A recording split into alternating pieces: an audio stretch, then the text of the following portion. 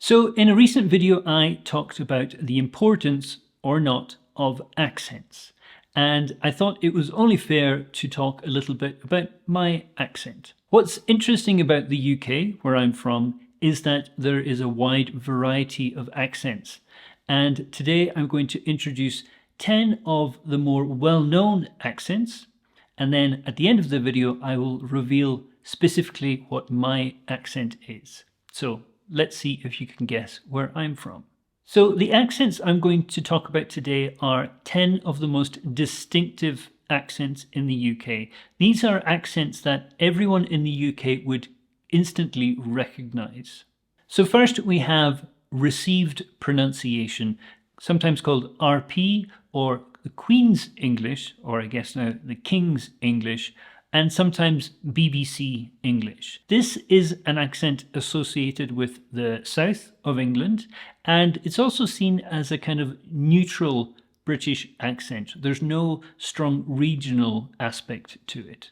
You know, Daniel Cleaver's quite a sort of West London, smooth, upper middle class. I can't remember why they came to me. Next we have the Cockney accent. This is an accent from the East End of London, and it's known for having the dropped H aspect to it. So a word like hello might actually sound a bit more like hello. Another feature of Cockney is that it's quite a playful way of speaking. So for example, there is Cockney rhyming slang. So this is a short phrase will replace a word. So for example, apple and pears could mean stairs, or dog and bone, phone. I lived in London for a short time and I had the pleasure of meeting some people who spoke with this accent, and it was really entertaining for me to listen to them and try to understand what they were saying. I got a phone call and, you know, would you like to be in the Indiana Jones film? And I went, yeah, lovely. Can I read the script? And they sent the scripts over to me with a young kid in a suit who turned up on the door. And he sat there having a cup of tea while I read it. Next we have the Scouse accent. This is from Liverpool and it's a very recognisable accent with a very strong intonation to it. It has an almost musical rhythm to it, and if you go back and listen to old interviews with the Beatles, they were all from Liverpool, they are a good example of what this accent might sound like. However, there are versions of this accent which are much, much stronger. It's a very lively accent, and people who speak with this are usually great fun to spend time talking with. Getting a degree, got a job as a salesman because I needed the job, because I've been in America coaching football and I'd run up a $6,500 phone bill. Next we have the Geordie accent. This is from Newcastle in the north of England. This is a very melodic and friendly accent, and it has its own unique vocabulary, and that's more related to a dialect, but I think it kind of fits into this category. It's a very warm and upbeat accent, and it's a very distinct accent from the north of England. To me, it's like a natural, just another side of entertainment, right? It's not a million miles away for me. I didn't feel, and when I came to see the show, bearing in mind I could see I wanted to be part of it, it felt right. I just felt like I could totally do that and enjoy it, and I have. If you're enjoying this video, please make sure to like, subscribe, and if you can, share it with a friend. It really helps the channel to grow. Next we have the Mancunian accent. This is from Manchester. It's a very strong accent with a very specific tone. It has some quite short vowel sounds, but it can sound quite flat compared to accents from some other parts of the UK. A good example of the Mancunian accent would be to watch early interviews with Noel and Liam Gallagher from the band Oasis. Well, because it's Christmas, isn't it? And my mum's always going, look, calm down and all that. And I sort of had a couple of drinks and that, and I thought, yeah, I'll put it out there, but it's not happening, is it? The next accent is the Brummie accent. This is from Birmingham, and again, it's quite a sing-songy type of accent. It's known for its long vowel sounds and also the intonation dropping at the end of sentences. A good example of the Brummie accent would be from the TV show Peaky Blinders. Although most people would find the Brummie accent to be quite friendly and comforting, even though the characters in that show are not so friendly and comforting. So, mate, we've had word from Nipper at Hay Mills and he says the police are letting them through. And how come all our police have disappeared? Because it was the police who told Kimber about the plan. So, jumping across the water to Northern Ireland, we have the Belfast accent. This is an accent which has a very unique intonation to it, and it's been strongly influenced by Irish Gaelic. The Belfast accent has strong R sounds and quite a fast-paced intonation. It's a very energetic accent, and you will definitely know when you're speaking to somebody from Northern Ireland. Well, that's the most famous expression we have in all of Ireland, crack. When you say, what's a crack? Like, that's the first thing you say to someone from home, like, what's a crack? How's it going? What are you up to? It's sort of all-encompassing. Moving back over to England, we're down in the West Country. So this is Somerset, Cornwall, that little tip of England in the southwest. Some people say it has an almost pirate kind of quality to it, again with a kind of strong R sound. You might hear people say I be instead of I am, so that gives it a very kind of traditional and rural quality. Ain't no one gonna get past Fluffy. Ain't a soul knows how, except for me and Dumbledore.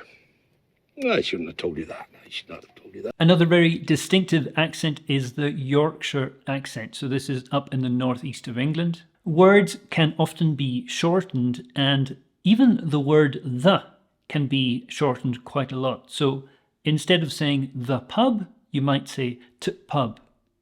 Okay, so not the pub, but t pub. Again, for me, it's a very warm and friendly accent. Yeah, I did about 20 years ago, something like that. We were stuck in Norway at the time. Well, Yeah. we were filming in Norway, but I read about 3 of his books. I think he'd only wrote 3. And the last of the 10 I want to talk about is the Glaswegian accent. This is the accent from Glasgow. This is a very strong Scottish accent, and it's quite fast and has some unique vocabulary. It can be quite a challenging accent for people to understand. Both of my parents grew up in Glasgow, so it's an accent that I'm quite familiar with. That's what will happen if I drink more than 2 of those, right? But that will make me fight people. I can't drink it. I'll just start fighting. So it's got to be this bougie espresso martini. So, having looked at those distinctive accents, now let's talk about where my accent is from. My accent is from the west coast of Scotland. Specifically, I was born in the Isle of Lewis in the Outer Hebrides. My accent has some unique aspects to it, so let's take a look at those. The first one is the rhotic R sound. So this means that the sound R is clearly pronounced in words. So for example, if you take a word like car, I am actually saying the R sound at the end, car. Somebody in the south of England, perhaps, who speaks with a RP accent, they might say car. So it's the A sound is lengthened. But for me, I would actually put the R in there, car. Take another word like more. Okay, again, the R is clearly pronounced with my accent. As opposed to somebody, again, from the south of England, for example, who might say more. So it's the O sound is lengthened and no R is added. So some words that you might want to hear me try to say are far, teacher, near, flower, letter, shower. So again, you'll hear that R sound in each of these words. Also words like forest. So the R is in the middle of that word. Market. Again, somebody from the south of England might say market. So they are not saying that R sound in the middle. An interesting one is library. There's 2 R's in the word library, but again, you might hear some people say library. My accent also tends to have short vowel sounds. So for example, you've got words like cot, hot, not. So if we take a sentence like, the cat sat on the mat in the sun, the cat sat on the mat in the sun, for me, those vowel sounds are going to be quite short, whereas somebody who speaks with a different accent with longer vowel sounds might say, the cat sat on the mat in the sun. So it's a different sound, and for me, those short vowel sounds are more natural. And this can actually make my accent a bit more sharp in some ways, and for a lot of people, it can be a bit more clear. The last thing I want to talk about is the kind of melodic aspect of my accent. So this is the intonation rising and falling. For a lot of people, this can sound quite friendly and a bit sing-songy. So let's look at a simple sentence like, I'm going to the shop to pick up some milk.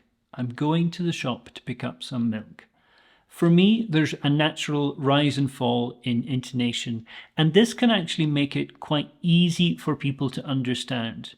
If your accent is really flat, okay, so for example, we talked about the Mancunian accent being quite flat compared to some other accents, those accents can be more difficult to understand. So people might describe my accent as having a gentle Scottish lilt. So the lilt is the kind of rising and falling intonation in speech. And it's usually seen to be a friendly accent, easy to understand. Some accents within Scotland can be quite hard to understand. We talked about Glasgow. Also, you go out to the east coast of Scotland, you have the accents in Aberdeen. There's actually a different dialect in Aberdeen called Doric, which is really hard even for me to understand. I think it's really important to listen to a wide range of accents when you're learning English, especially when the accents can be so different. This is going to make you a much more confident user of English in all kinds of different situations. Okay, well, thanks for watching. I hope you enjoyed learning about some of the different accents across the UK and a little bit about my accent. Don't forget to like this video and subscribe for more videos on listening, pronunciation, and improving your English. Thanks for watching, and I'll see you in the next video.